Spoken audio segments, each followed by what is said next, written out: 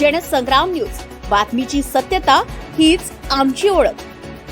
सध्या शहराच्या तापलेल्या निवडणुकीच्या वातावरणात आपल्यासोबत काही शहराच्या बाजारपेठेतील काही युवक आहेत. नेमकं युवकांच्या समस्या काय त्या आपण जाणून घेणार आहोत. काय वाटतं सध्या प्रभागामध्ये आणि शहरामध्ये कोणाचे उमेदवार म्हणून जे नाव चर्चेत आहे आणि कोण निवडून येण्याची शक्यता आहे? काँग्रेस पार्टीचे उमेदवार आहे सुधीरजी पांगुर यांची नाव मुख्यमंत्री ऐकलं आहे अध्यक्ष पदासाठी. आमचं एक हे आहे समस्या का बा इकडं निवडून हे यायला पाहिजे, लोकांनी यांना चान्स द्यायला पाहिजे अशी आमची समस्या आहे. काय वाटतं तुमच्या प्रभागात काही इतर कामं प्रलंबित आहे ज्याच्यावर समस्या आहे ज्याच्यावर आपल्याला निराकरण भेटलं पाहिजे असं तुम्हाला वाटतं? साफसफाईचं आहे, स्वच्छता पाहिजे, एवढंच आहे. आणि वर्धा शहरात म्हटलं ट्रॅफिकची खूप मोठी समस्या आहे. आता सिग्नल चालू झाले आहे पण ते सिग्नल कंटिन्यू नाही, कधी कधी चालू राहते, कधी कधी बंद राहते. मार्केटमध्ये पार्किंगची व्यवस्था नाही आहे, ते पण राहायला पाहिजे. पार्किंगची समस्या खूप मोठ्या प्रमाणावर असं तुम्हाला वाटतं. नेमकं काय वाटतं येणाऱ्या दिवसांमध्ये ही समस्या कुठला उमेदवार प्रभावीपणे मांडेल आणि याला सोडवेल? सुधीर भाऊ पांगुळ आहे, ते नवीन उमेदवार आहे, म्हणजे चांगले व्यक्तिमत्व पण चांगलं आहे त्यांचं, तर ते निवडून यायला पाहिजे. ते निवडून यायला पाहिजे. काय वाटतं यांच्यात भाजप सारखा मोठा पक्ष जो आहे हा सुधीर भाऊ पांगुळ यांना जो आहे टक्कर देईल का? काय म्हटलं? भाजप जो आहे एवढा मोठा पक्ष आहे जो सुधीर भाऊ पांगुळ यांना टक्कर देईल का? नाही, व्यक्तिमत्व पाहतो म्हटलं तर सुधीर भाऊ पांगुळला सगळेजण ज्यावेळेस एक चान्स देतीलच. कारण की सगळ्यांना माहिती आहे की बा तो व्यक्ती चांगला आहे, तो व्यक्ती सगळ्यांची जुळलेला आहे.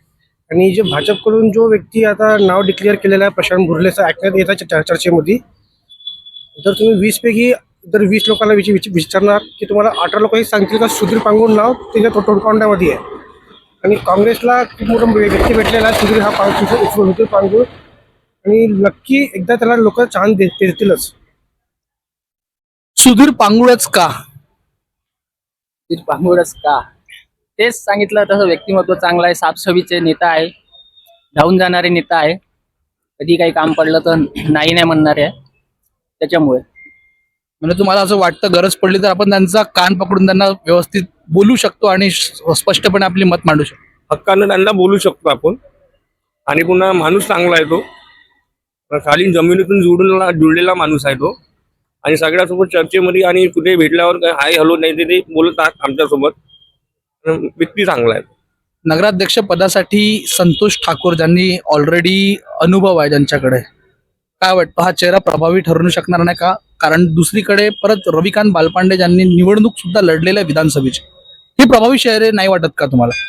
रविकांत बालपांडे शिवसेनेकडून आहे, संतोष ठाकूर पण आहे ठाकूर. पण तसं पाहिलं तर मग अतुल तराडे माझी नगराध्यक्ष होते, पण ते गटर योजनेमुळे थोडंसं याच्यात झाले आहे, मागे गेले आहे. त्यामुळे काही वाटत नाही मला तसं व्यक्तिमत्व. चांगला स्ट्रॉंग नेता उभं करावं लागेल बीजेपीला सुधीर भाऊ पांगुळच्या विरुद्ध. सुधीर भाऊ पांगुळच्या विरोधातच ही फाईट होणार असं नागरिकांचं इथे युवकांचं मत आहे. नेमकं ही निवडणूक कोणत्या खात्यात जाणार, कोणाला प्रभावीपणे जिंकून आणणार हे आता लक्षणीय ठरणार आहे. फिलहाल चुनाव का माहौल हर तरफ गरमाया हुआ है और ये सारी चीजों के बीच में वर्धा नगर परिषद का जो चुनाव है ये आने वाले कुछ दिनों में होने वाला है. तो ये चुनाव के अंदर में क्या लगता है अपने प्रभाग से कौन से उम्मीदवार सबसे ज्यादा प्रभावी रहेंगे जो कि आने वाला चुनाव जीतेंगे? क्या लगता है आपको? अभी बोले तो ये 6 नंबर वार्ड से जो है नौशाद का नाम बहुत अच्छा चल रहा है, और इधर से 12 नंबर से अपने कैसर भाई का नाम बहुत जबरदस्त चल रहा है. और उनका जहाँ तक देखा जाए तो उनके टफ में अभी फिलहाल में कोई नहीं है. कैसर भाई के टफ में अभी फिलहाल में कोई नहीं है. उनके खिलाफ में अभी फिलहाल कोई नहीं है, बट वही सारी चीजों के अंदर में मार्केट जैसा एरिया हो गया या फिर कोई अंदर का भी एरिया हो गया, इसमें भी बहुत पैमाने पे बाकी कम्युनिटी का भी हिस्सा है. क्या लगता है ये सारी चीजों के बीच में जो आप नाम ले रहे ये चल पाएंगे? ऐसा कैंडिडेट है जहाँ पर देखा जाए तो कैसर ही एक अकेला ऐसा कैंडिडेट है जो हर कम्युनिटी के लिए परफेक्ट आदमी है. ऐसा नहीं कि उसके अंदर भेदभाव नहीं है.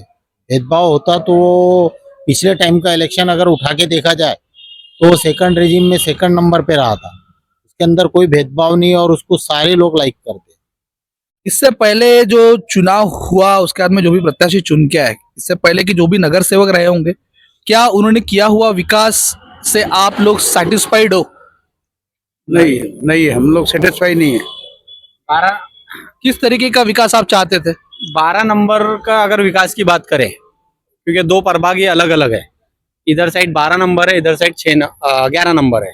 अभी 12 हो गया, पहले 6 नंबर था ये, अभी ये 11 हो गया, ये 12 हो गया। तो ये 12 और ये 6 ही है। ये चाहिए क्या?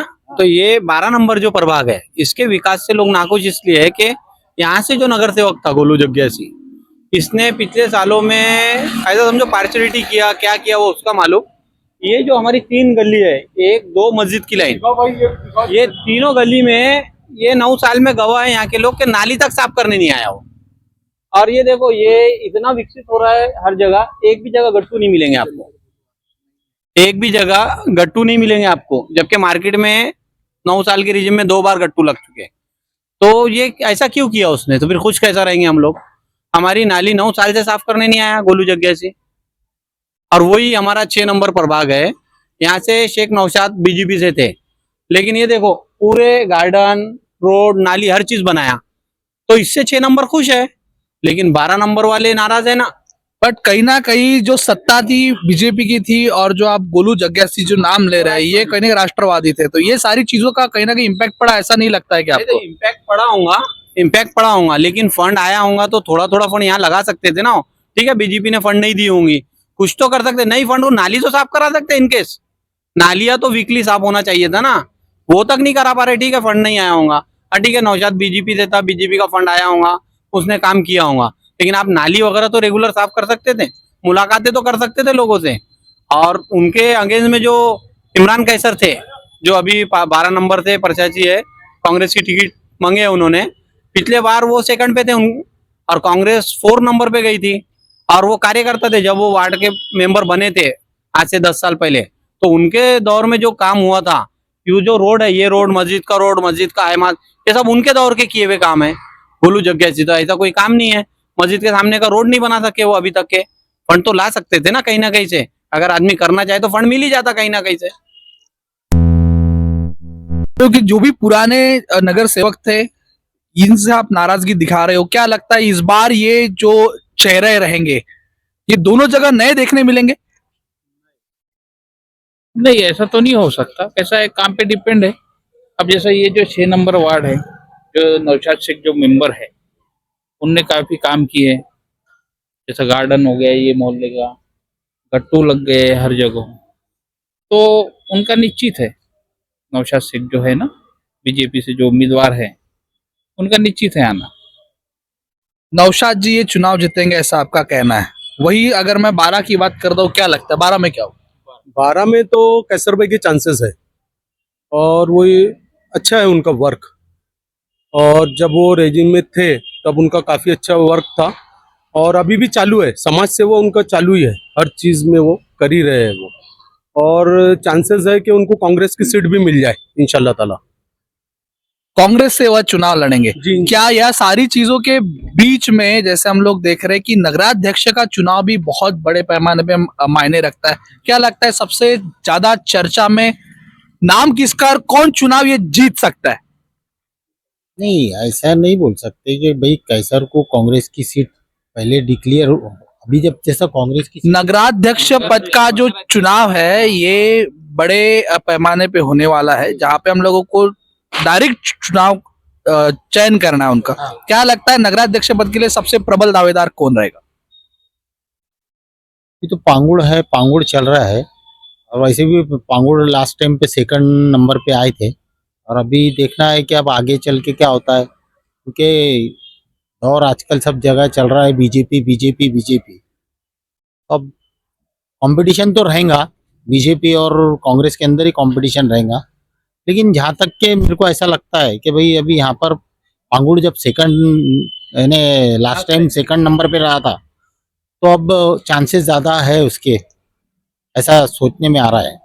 एक तरफ शहर के अंदर में लगभग बड़ा एक्सपीरियंस रहने वाला चेहरा संतोष सिंह ठाकुर है, जो कि राष्ट्रवादी से चुनाव लड़ने वाले।